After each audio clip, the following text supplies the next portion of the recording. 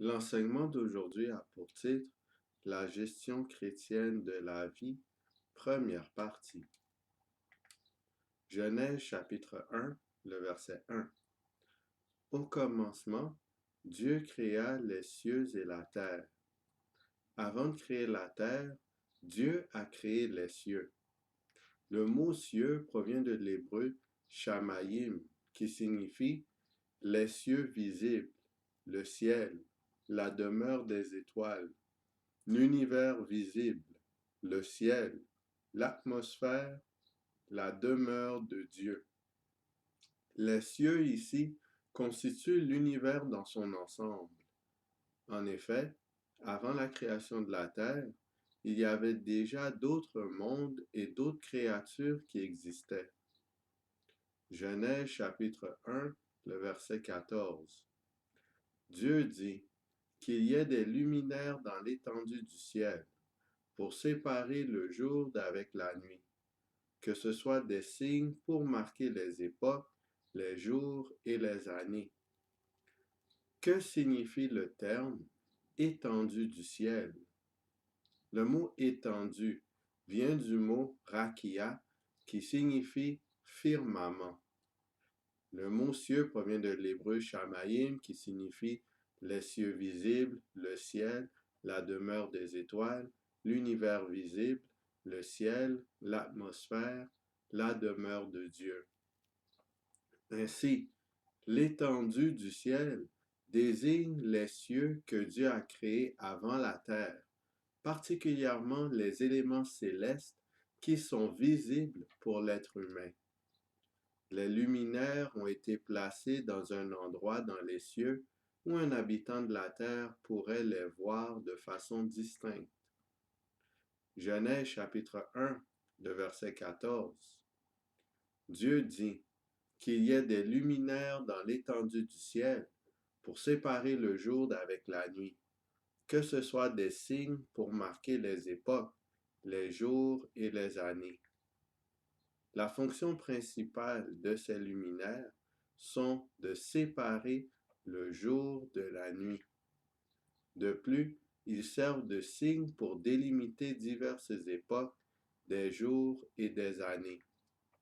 Depuis lors, la Terre avait des éléments distinctifs pour marquer le temps. Bien entendu, la notion du temps existait avant la création du Soleil et de la Lune. Cependant, vu que la race humaine a été créée par la suite, notre conception du temps se base sur les deux grands luminaires que Dieu a créés. Genèse chapitre 1, les versets 26 et 27. Puis Dieu dit, faisons l'homme à notre image, selon notre ressemblance, et qu'il domine sur les poissons de la mer, sur les oiseaux du ciel, sur le bétail, sur toute la terre, et sur tous les reptiles qui rampent sur la terre. Ensuite, Dieu dit à Dieu de créer l'homme.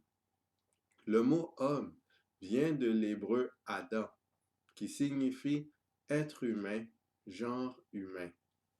Ainsi, Dieu dit que l'être humain serait créé à l'image divine, selon la ressemblance de Dieu. De plus, l'être humain dominerait sur les autres créatures de Dieu. Le mot domine vient de l'hébreu rada, qui signifie gouverner, subjuguer. L'être humain fut créé pour gouverner, pour subjuguer. Psaume chapitre 8, le verset 5 à 9. Qu'est-ce que l'homme pour que tu te souviennes de lui, et le Fils de l'homme pour que tu prennes garde à lui?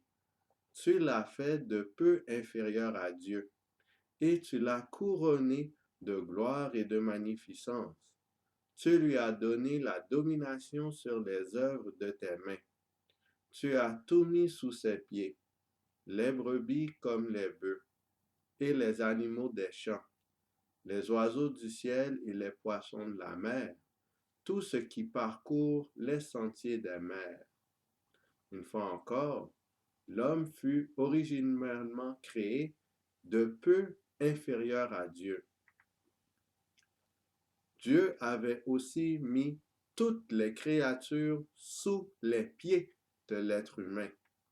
Cela signifie que l'humain avait le plein pouvoir sur toutes les créatures. Dieu a couronné l'homme de gloire et de magnificence.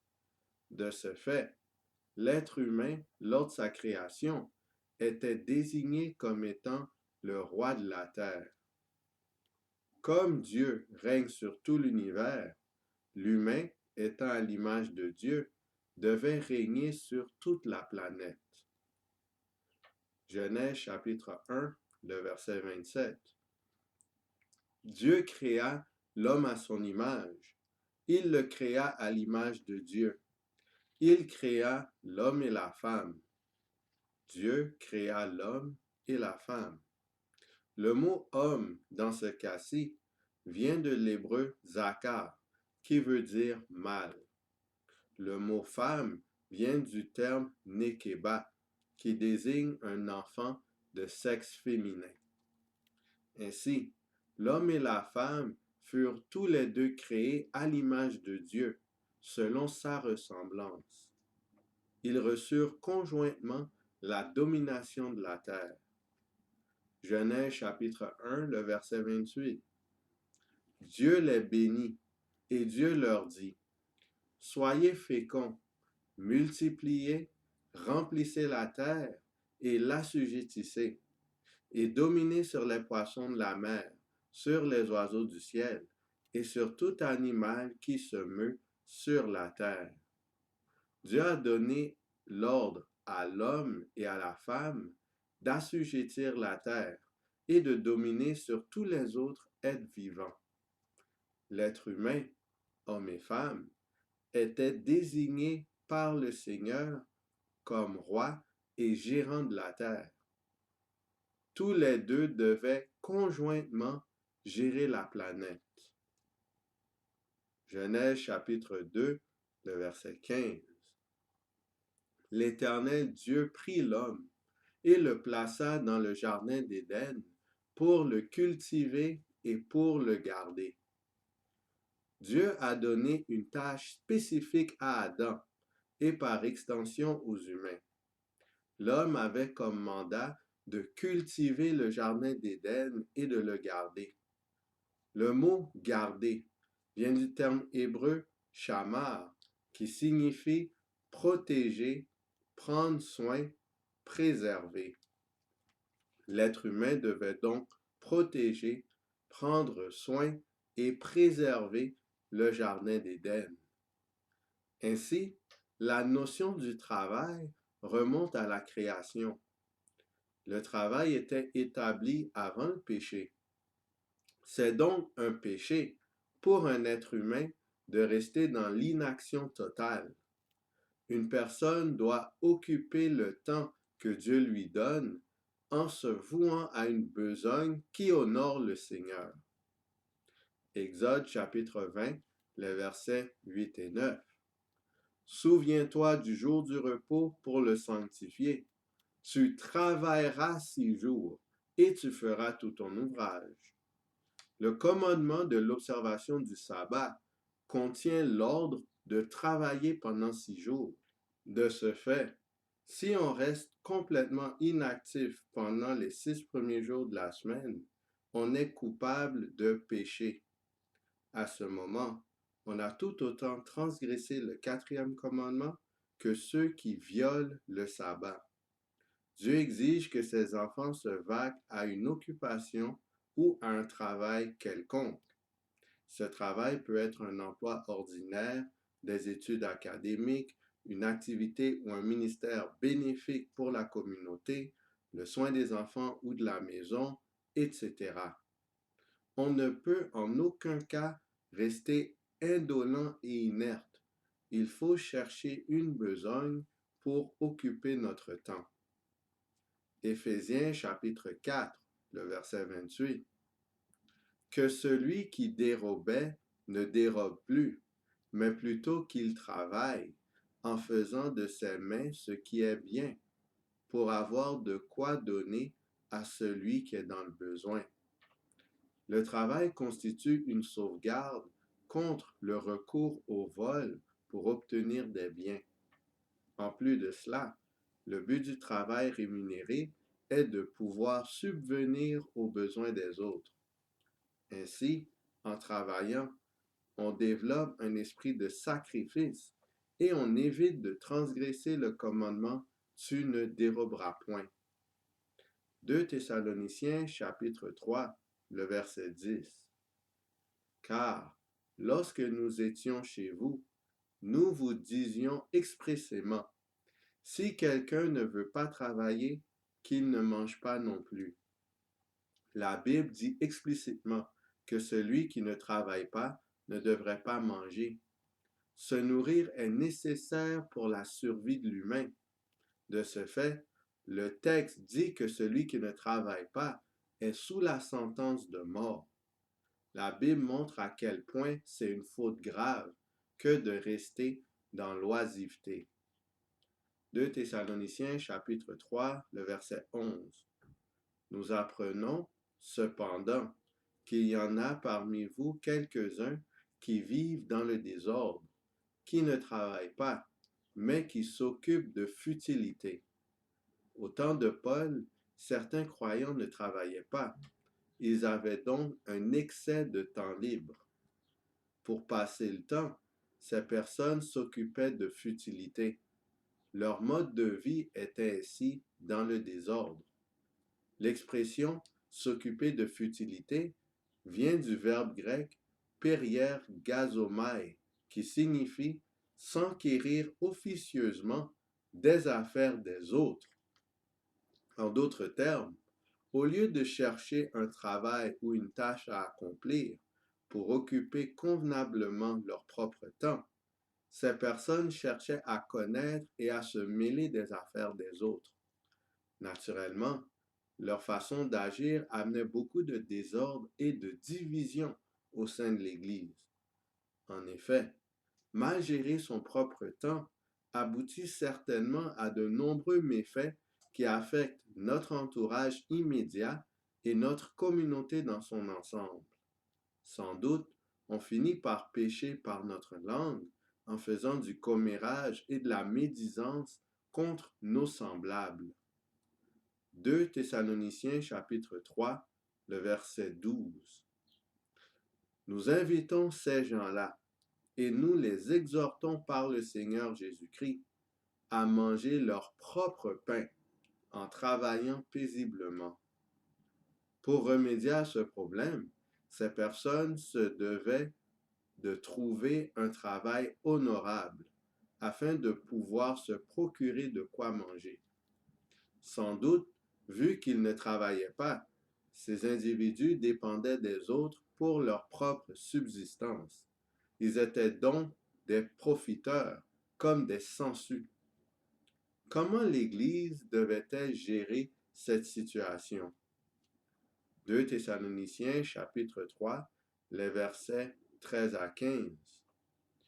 Pour vous, frères, ne vous lassez pas de faire le bien. Et si quelqu'un n'obéit pas à ce que nous disons par cette lettre, notez-le et n'ayez point de communication avec lui, afin qu'il éprouve de la honte. Ne le regardez pas comme un ennemi, mais avertissez-le comme un frère. Pour remédier à ce problème, l'Église devait prendre note des personnes qui ne travaillaient pas et qui semaient le désordre au sein de la communauté. Elle devait ensuite éviter toute communication avec ces gens, afin que ceux-ci ressentent de la honte pour leurs actes. Cette mesure disciplinaire constituait un avertissement rempli d'amour envers les transgresseurs. Le mobile de cet acte était le salut final des personnes qui s'occupaient de futilité. L'Église devait les voir comme des frères et non comme des ennemis. De plus, ces individus demeuraient des membres d'Église. Ils n'étaient pas livrés à Satan, ils n'étaient pas excommuniés. Au sein de l'Église adventiste du 7e jour, cette mesure disciplinaire est appelée une censure.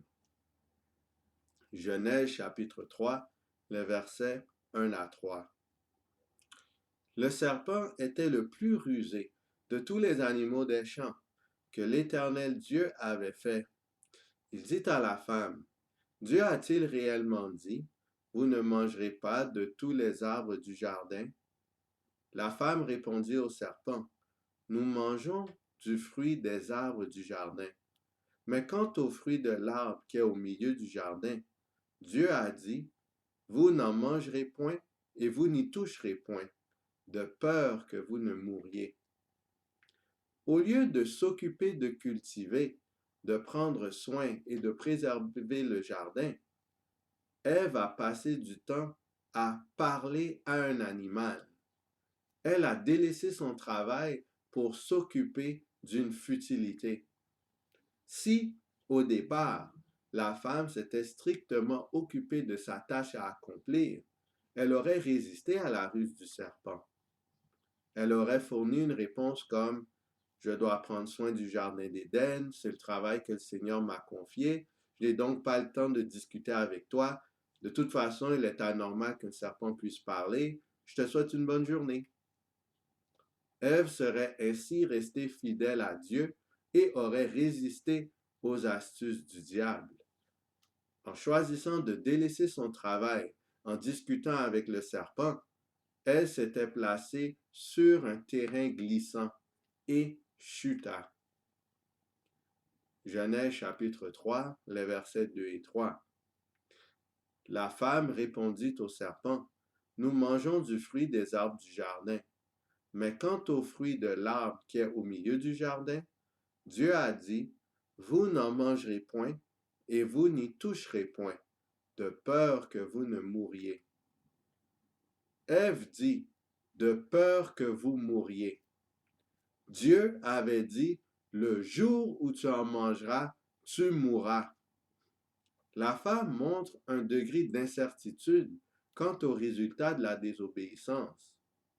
Ève avait ainsi commis de la diffamation, car elle mettait un doute sur ce que Dieu avait déclaré de façon explicite. C'est ainsi que le péché, en bout de ligne, avait fini par entrer dans le monde.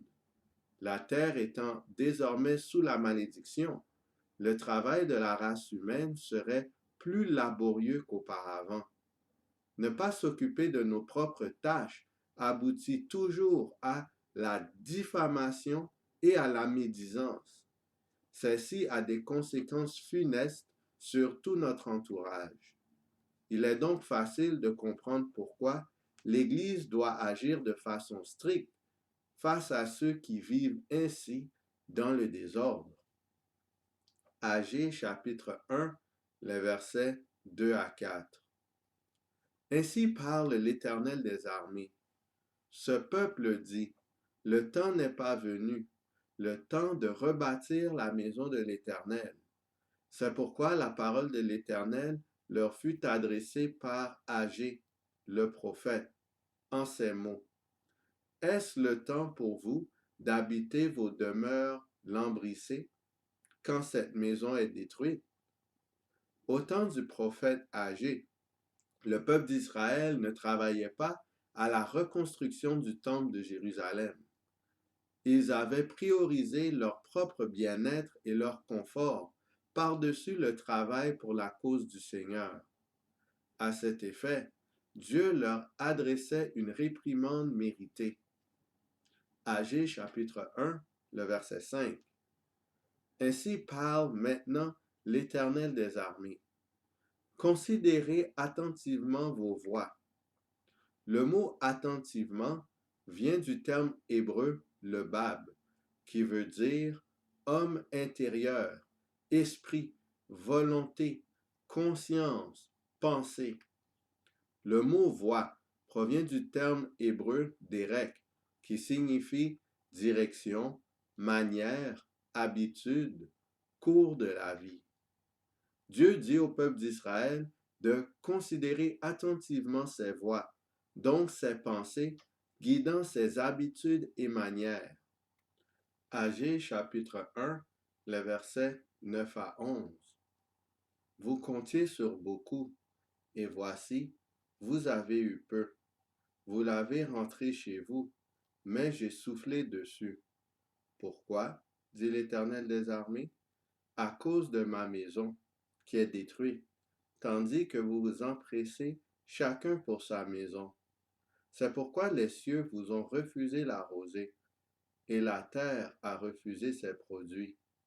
J'ai appelé la sécheresse sur le pays, sur les montagnes, sur le blé, sur le mou, sur l'huile, sur ce que la terre peut rapporter, sur les hommes et sur les baies, et sur tout le travail des mains. Le peuple d'Israël négligeait la maison de l'Éternel au profit de leur propre maison. Pour cette raison, le Seigneur lui a privé de ses bénédictions. La terre a produit de maigres récoltes. Dieu a envoyé la sécheresse sur le pays. Il y avait donc très peu de végétation. De plus, tout le travail que les Israélites exécutaient n'aboutissait pas au résultat souhaité. Le but du Seigneur était de faire les Hébreux prendre conscience de la raison de leur condition actuelle.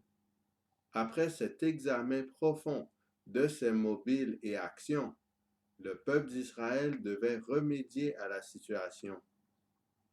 Agée chapitre 1, les versets 7 et 8. Ainsi parle l'Éternel des armées. Considérez attentivement vos voies. Montez sur la montagne, apportez du bois et bâtissez la maison. J'en aurai de la joie et je serai glorifié, dit l'Éternel. Le peuple devait se remettre à l'ouvrage. Il devait apporter du bois pour bâtir la maison de l'Éternel. Le Seigneur en éprouverait de la joie et en serait glorifié.